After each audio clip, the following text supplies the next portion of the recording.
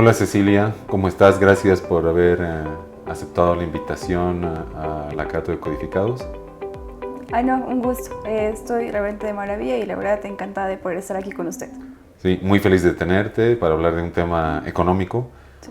Bueno, como tú ya sabes, de un tiempo a otro, un año, vamos a decir más o menos, ha habido grandes cambios en temas políticos, económicos a nivel de Latinoamérica. Y uno de ellos es el cambio de presidencia que hubo en Argentina, con el ingreso de Javier Milei como presidente de Argentina. Y según datos del Banco Mundial, del Fondo Monetario Internacional, la verdad que está habiendo grandes cambios económicos en Argentina, y si uno se fija en algunos indicadores claves, como por ejemplo pobreza, inflación, la situación en Argentina va mejorando. Y si uno escucha también los discursos de Milei, la prensa, el Foro Económico Mundial, etc., Milei habla mucho y se apoya mucho en su programa económico en un pensamiento económico de una escuela, vamos a decir así, que son los austriacos. Entonces un poquito te llamamos por eso, acudimos a tu ayuda para que nos ayudes a entender un poco lo que está haciendo Milei y sobre todo lo que tiene en su cabeza, y cuando sobre todo habla sobre economía austríaca, ¿verdad? Entonces quisiera que por favor primero nos expliques, de acuerdo a tu lectura, a lo que tú has visto, qué es esto de la economía austríaca, vamos a decir, con qué se come o qué es, ¿no? Entonces quisiera que nos expliques un poquito qué es la economía austríaca. Claro, con gusto. Bueno, la economía austriaca ha surgido el año 1871, perdón, por Karl Menger en Viena, Austria. Bueno, es verdad que con el presidente de Argentina, Javier Milei, ha habido mucha bulla, se podría decir, con lo que es la economía austriaca. Y es que la economía austriaca se ha vuelto una rebelión intelectual. Esto ya desde el siglo pasado se llegaba, digamos, a hablar sobre el no a la intervención estatal, porque el intervencionismo estatal lo que llega a traer siempre es la pobreza. Bueno, hablando de economía austriaca en términos generales, podríamos decir que la economía austriaca se apoya en el enfoque teórico del humano, del ser humano. Él acepta al hombre y a la mujer tal y como es y digamos, estudia las acciones humanas, la acción humana, que es algo igual, las aportaciones de Mises, que es un gran libro también, ¿no? Bueno, también se apoya en distintas reglas, se podría llegar a decir, teóricas, que es una disciplina muy multidisciplinar, es decir, somos seres humanos con distintas ideas, somos seres empresariales. Entonces podemos llegar a crear riqueza por nosotros mismos.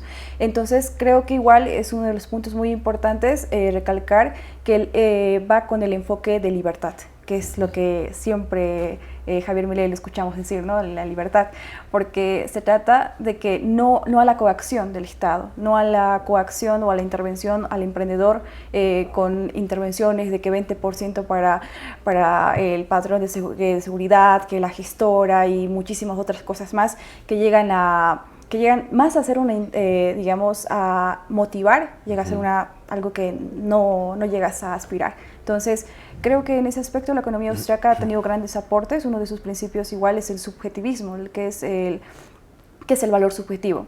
Ha llegado a refutar distintas ideas como el keynesianismo, el marxismo, donde llegaban a sacar que un bien es en base a lo que llega a sacarse las utilidades o podría decir el factor. Entonces no, lo que tiene que ver y lo que se expone una gran parte de los austriacos es de qué valor le damos nosotros, porque tranquilamente, por ejemplo, en la calle podemos ver muchos pintores, más que nada en nuestra ciudad. Entonces si pasamos por la calle podemos ver una pintura que quizá, digamos, nos puede llegar a hacer recuerdo a la infancia y decimos, uy, qué hermosa pintura, para mí esto vale, no sé, 200 bolivianos, cosa que puede llegar a estar menos, digamos, porque es un pintor, digamos, excelente, que no es conocido. Pero también hay otra parte que puede haber otra persona que diga, no, para mí vale más la foto de mi mascota. Entonces ahí está el valor subjetivo y no es algo tanto de las horas del trabajador o de, digamos, qué utilidad se le puede llegar a dar como el oro, ¿no? Entonces es algo subjetivo. También ahí está un ejemplo de qué haces con... El oro es algo muy valioso, que todos los perseguimos, pero ¿qué hacemos con el oro en el desierto? No nos sirve de nada. lo que nos sirve ahí es el agua, porque si no nos morimos, ¿no? Entonces, creo que igual en base a esas cosas sacamos lo que es la teoría austriaca, que es uno de los principios igual, el individualismo, que es una de las cosas que igual sostiene el decir pensar por sí mismo, hacerse responsable de sí mismo también, pero creo que en nuestro país, al menos en nuestro medio, en nuestra ciudad, tenemos algo con el individualismo, que pensamos que es algo malo, de que no siempre tenemos que ir en colectivo, pero no es así. El mercado es más de las interacciones sociales que tenemos con otras personas, porque el individualismo también se basa esa parte que tenemos de transacción con otras personas. Por ejemplo, yo puedo llevar, no sé, al mercado pan, y ahí estoy siendo yo como individuo, yo estoy yendo ahí por un fin, un valor que le doy y también algo que voy a llegar a ganar, ¿no? Entonces es algo que se va dando y bueno, creo que eso sería lo más principal de la escuela austríaca. Fantástico. Y un tema que había escuchado, y ahí sí no sé si tú nos puedes también dar ejemplos, tal vez sobre el tema de la acción humana, ¿a qué se refería el tema de este pensamiento económico en relación a la acción humana? Y creo que hay algunas contribuciones interesantes, creo que incluso del Premio Nobel de Economía, ¿verdad? No sé Exacto. Sí, bueno, la acción humana es lo que reflejaba del fin, la valoración y los medios. En esa teoría es muy importante preguntarse los medios. Porque, a ver, no es esta frase que es muy popular, ¿no? El fin justifica los medios. No, los medios justifican el fin.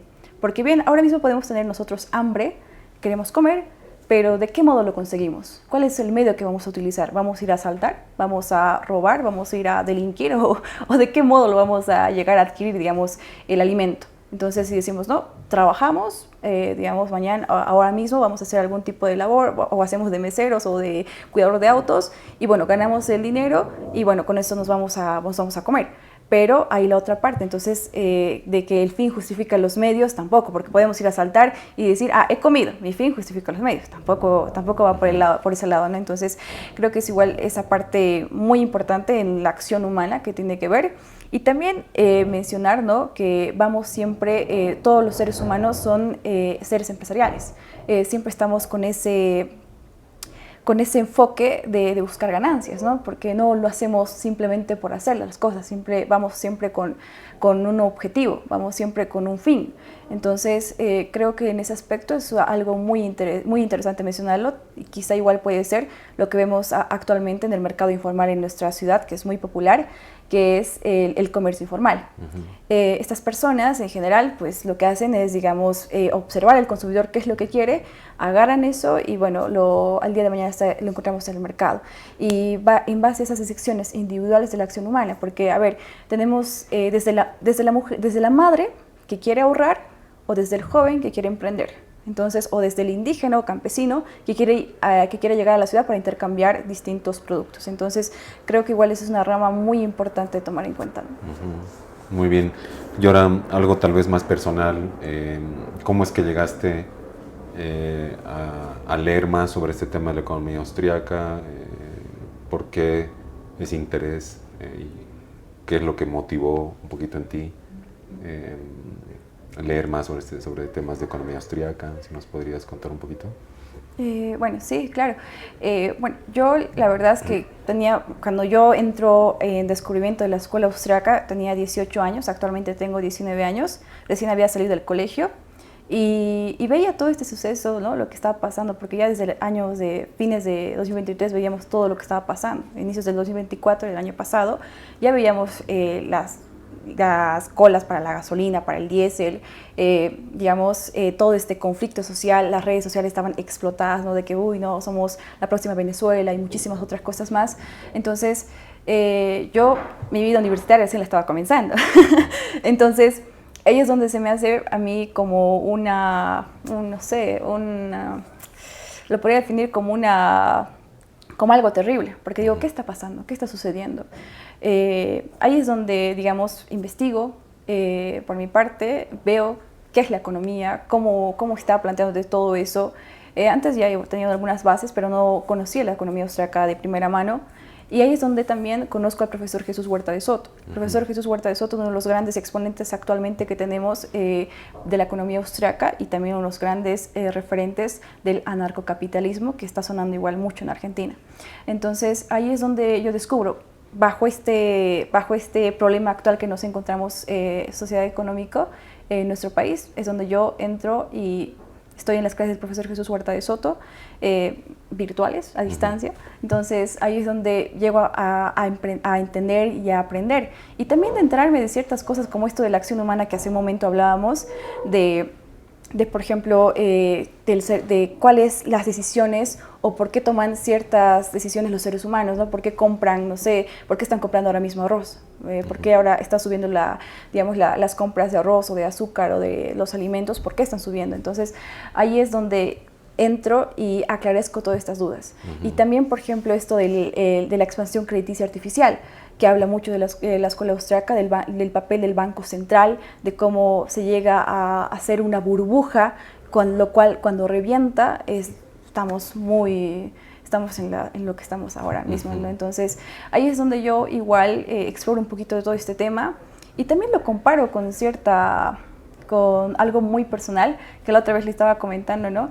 Y es que por estos años del 2013 a 2014, cuando vivíamos una fiebre, ¿no? del sector inmobiliario, de créditos baratos para construir casas y todo esto, yo tengo, una experiencia que con mi mamá lo pasamos, que era que todo el mundo estaba comprando material de construcción. Mi mamá, siendo del área de salud, no sabía nada del campo de construcción ni el campo empresarial, se puede decir, nunca le había llamado la atención.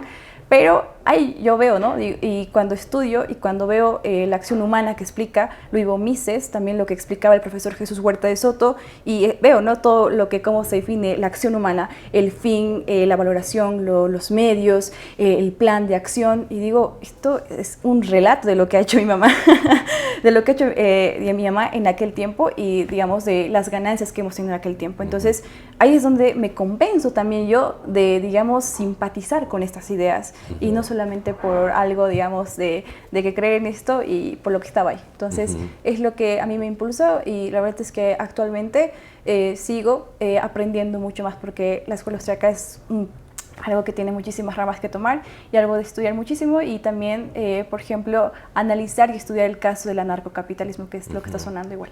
Muy bien. ¿Y cómo llegas a contactar con Jesús Huerta de Soto?